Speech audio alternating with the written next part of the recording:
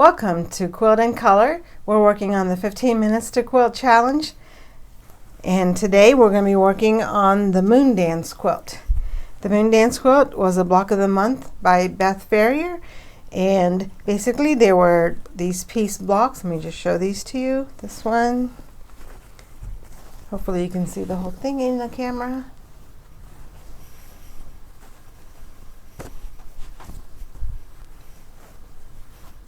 Very unique designs. I use batiks and fabrics that look like batiks.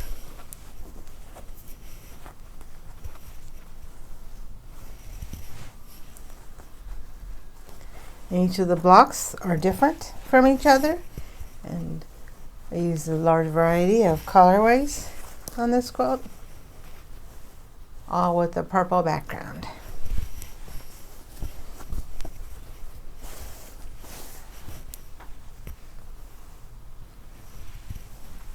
And then these are the alternate blocks.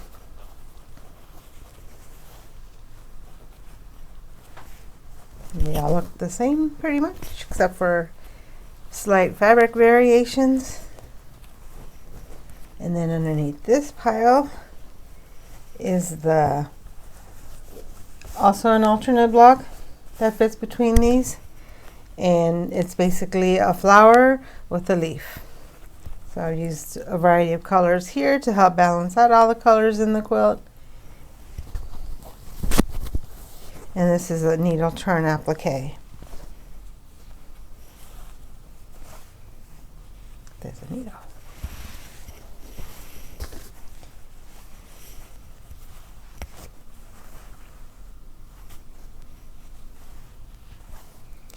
And so as you can see here, the part that isn't finished yet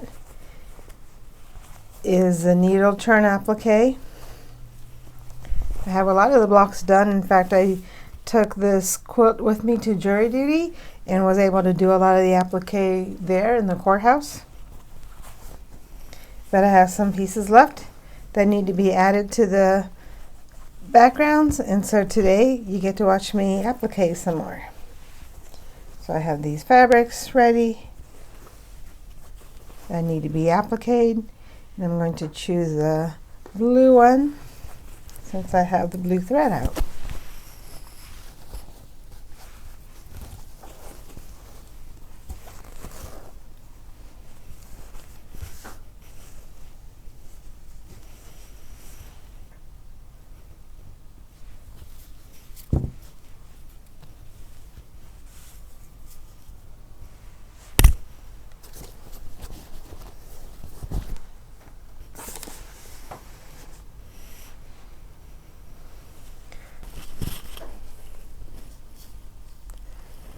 This is a regular weight thread, so just try to make sure that I'm not using the quilting threads for this one because I want the thread to be relatively thin.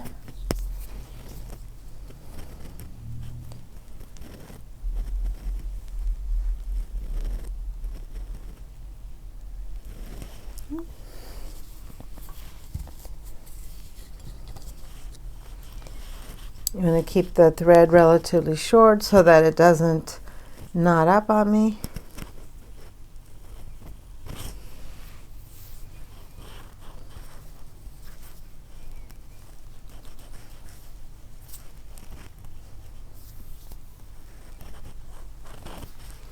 And the knot is easy to hide. I can either hide it on the very bottom underneath the background, or I can hide it underneath the applique. Whichever works for me is fine.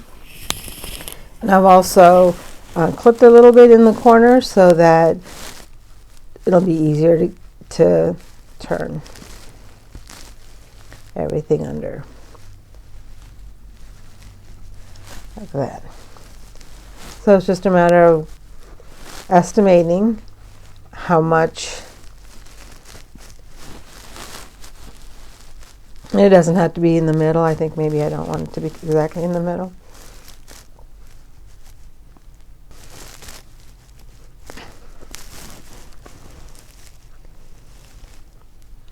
I don't use a hoop when I applique, and I don't use a hoop when I embroider.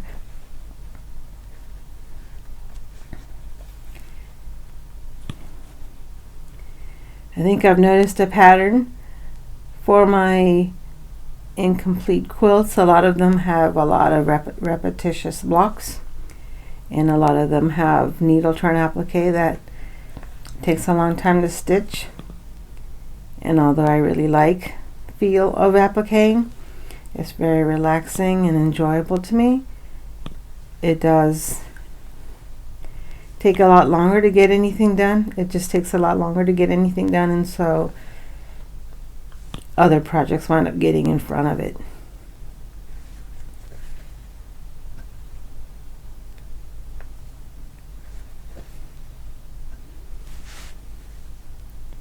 I know when I'm making piece quilts, it's just easy to keep piecing, and when I'm making applique, it's easier to just keep appliquing, and so making the switch from piecing to applique sometimes takes a bit for me.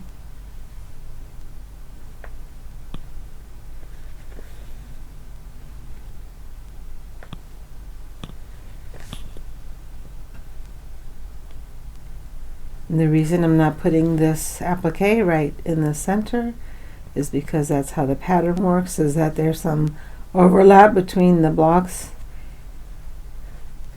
that just adds an interesting effect. It's supposed to look like the flowers are just scattered throughout the quilt.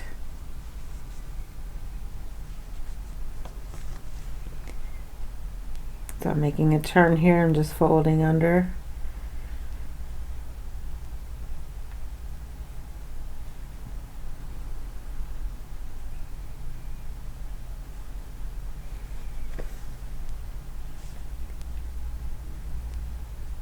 The part that I just fold under, the part that comes right in front of it, and then when I'm about at 1/4 of an inch, then it's time to fold under some more.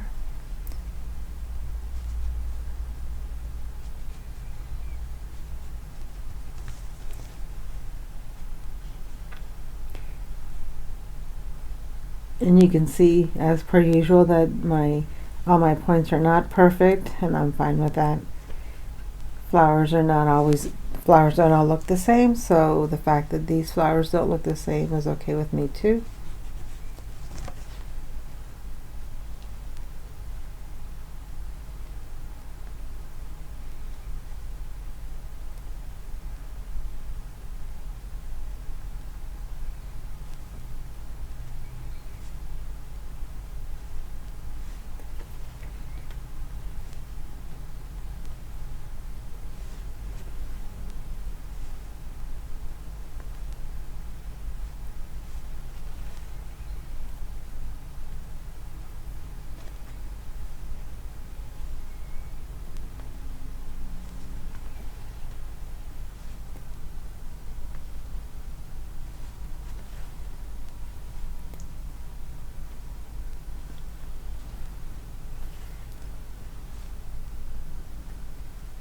This is an old quilt pattern. It came from probably when I was still on America Online, AOL.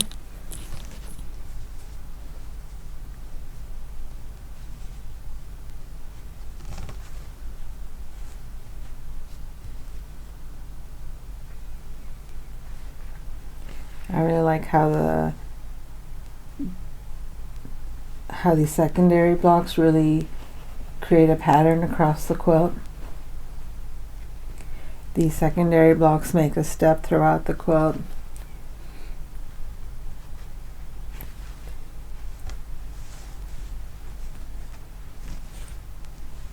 And they work as a great backdrop for the piece blocks.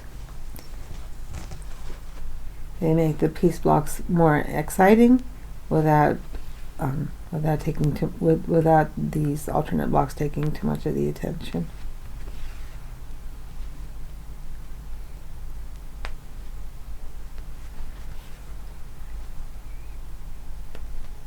And I suppose I could just not have all of these applique blocks. I can probably just make the quilt the way it is without any additional applique blocks, because I do have enough to put on the quilt, but I want to make the large amount because I've already cut them out. And I've already done a lot of the applique. I've already done the circle and the star. So it's just, I'm only on the last step, so I might as well just finish it off.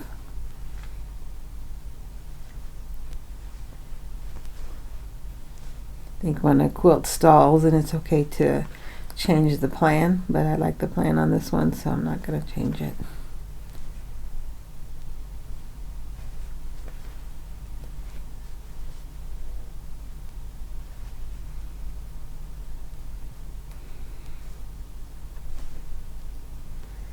Just turning it here to make sure it goes all the way inside the corner.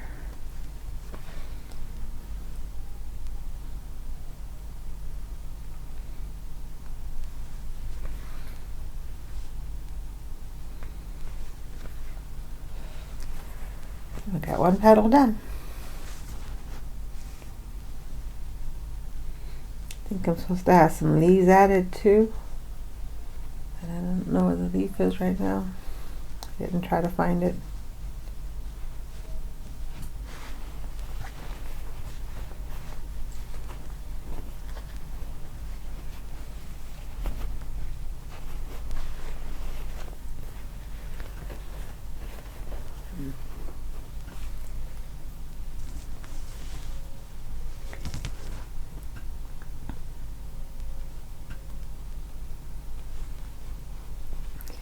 When you're doing applique of any kind, it's best to match the fabric that you're using.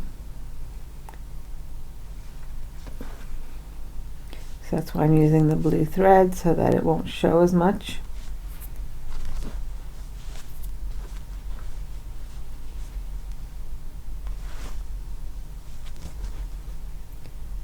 But I don't worry too much about it. If it shows a little bit, I think it's actually good, because then people can notice that it's hand turned needle, that it's handwork, I guess.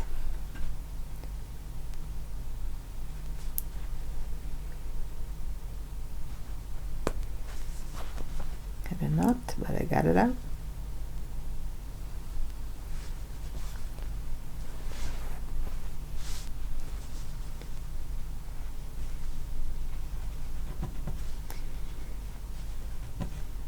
And if you crease it, that makes it easy also to keep it inside, to have the rye just turn under. And then you can see what it's going to look like before you start the securing it.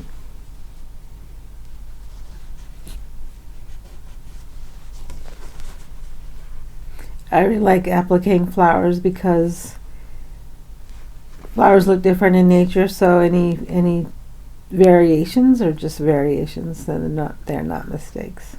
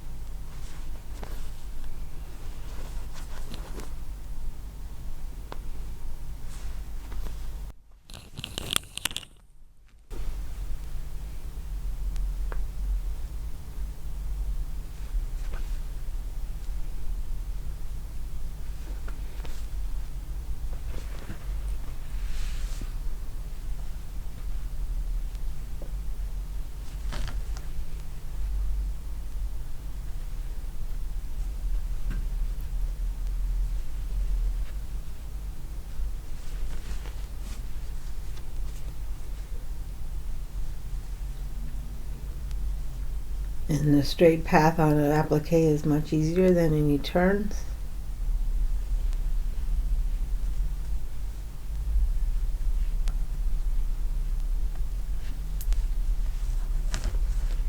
But these curves are pretty smooth, so it's not really difficult. It's just a matter of being patient with them.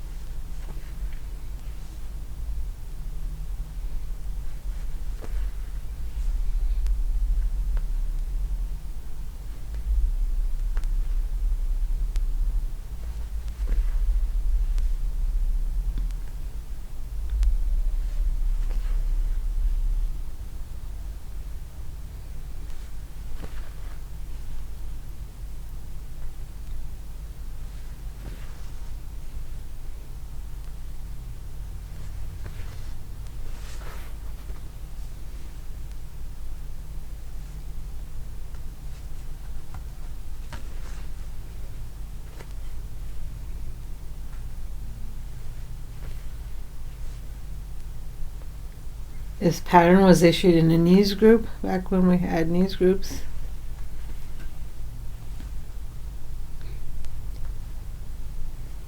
And it was nice to be able to see the chatter from everybody about their progress on the quilt, and it was nice to be able to work together with a group of people on this quilt. I think sometimes, if you're doing something with a group, it has more, it's easier to be motivated to keep going because everybody else is, trying to keep up with other people. It's nice for everybody to be pretty much in the same general space, even though there's no rush to finish it. It's obviously because this is not finished, but it's nice to be able to see what other people's quilts look like. Actually, it was on, we were not able to see what other people's quilts look like, I don't think. Try to remember. Yeah, I think there was a place on the news group where you could put your pictures up so you could see what other people's blocks look like, now that I think about it. But it was not as easy as it is now. To be able to see other people's pictures, you'd have to go to a separate place.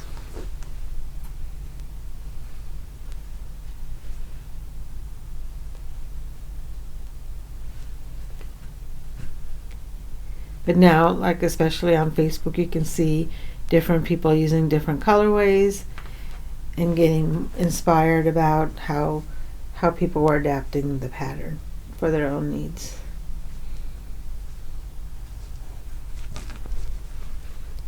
Or how slight variations of a shade. So somebody else was making a blue quilt and you could see how the changing just a shade a little bit affects the look of the quilt.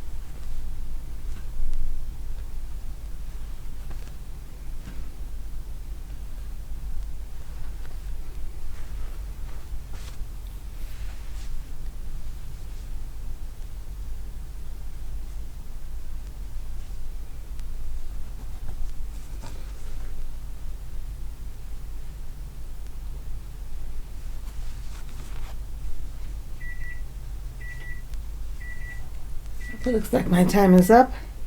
I was able to get 2 petals and 2.5 petals, I guess, finished.